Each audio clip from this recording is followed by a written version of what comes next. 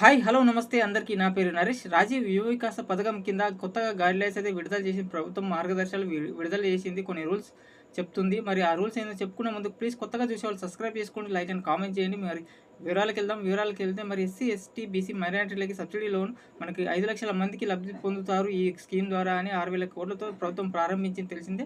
మరి దీనికి 50,000 వరకు ఎవరైతే తీసుకుంటారో వాళ్ళకైతే కట్టాల్సిన అవసరం లేదు. మొత్తం 100% సబ్సిడీ.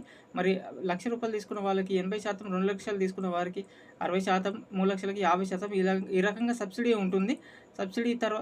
ఉంటుంది. వీళ్ళు వాళ్ళ ఎంపిక చేసుకున్న పనిని బట్టి డబ్బులు ఇచ్చే అవకాశం ఉంటుంది, విడుదలయ్యే అవకాశం ఉంటుంది. మరి దీనికి ఇన్కమ్ సర్టిఫికేట్, ఇన్కమ్ ఎంత ఉండాలి, మన ఆదాయ పత్రంలో ఎంత ఉండాలంటే గ్రామీణ ప్రాంతాలకి 1,50,000 మించకూడదు ఆదాయం ఇన్కమ్.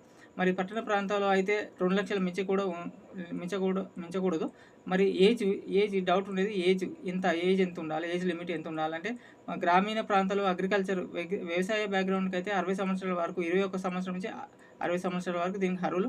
మరి పట్టణ ప్రాంత నాన్ అగ్రికల్చర్ అంటే వ్యవసాయ సంబంధం లేని వాళ్ళకైతే ఇది 25 నుంచి 55 ఏళ్ళ వరకు అర్హులు. మరి ఈ లోన్ మాత్రం ఈ 5 లక్షల మందికి లబ్ధి పొందుతారు. ఇది ఏప్రిల్ 5 వరకు అప్లికేషన్ దరఖాస్తులు తీసుకుంటారు. మరి 5 లక్షల వరకే దీనికి 6,000 కోట్లతో 5 లక్షల మందికి ఈ లోన్ ఇస్తారనమాట. మరి 92 లక్షలు ఉన్నాయి రేషన్ కార్డు మెయిన్ ముఖ్యంగా ఈ పథకానికి.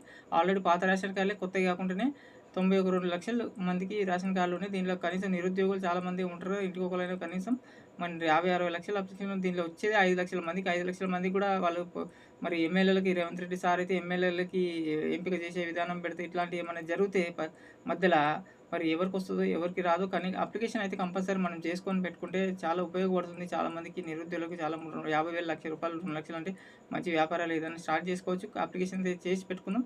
మరి ఇదైతే లక్ అనమాట, అదృష్టం పట్ల వస్తుంది, కానీ అందరూ అప్లై అయితే చేసుకుందాం.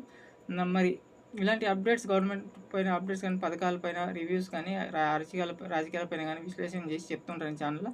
ప్లీజ్ సబ్స్క్రైబ్ చేసుకోండి, లైక్ అండ్ కామెంట్ చేయండి, సపోర్ట్ చేయండి. Thank you.